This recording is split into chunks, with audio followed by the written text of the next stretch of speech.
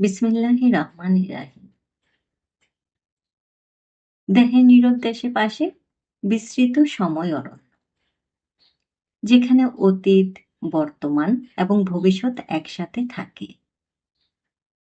অতীত পুরনো গাছের মতো স্মৃতি নিয়ে শিক্ষা দেয়।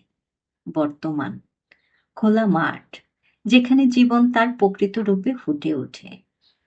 এবং ভবিষ্যৎ অপরিচিত পথ, সম্ভাবনায় ভরা। আত্মা শক্তিশালী হলে অতীতকে ক্ষমা করে, বর্তমানকে আলোকিত করে, ভবিষ্যতের জন্য সাহস তৈরি করে। প্রতিটি মুহূর্তেই আমরা সিদ্ধান্ত নেই কোথায় দাঁড়াবো, কি বপন করব, কি ফল পাব। সময় অরণ্য আমাদের শেখায়, যা গেছে তা শিক্ষা, যা আছে তা উপহার, যা আসবে তা রহমত।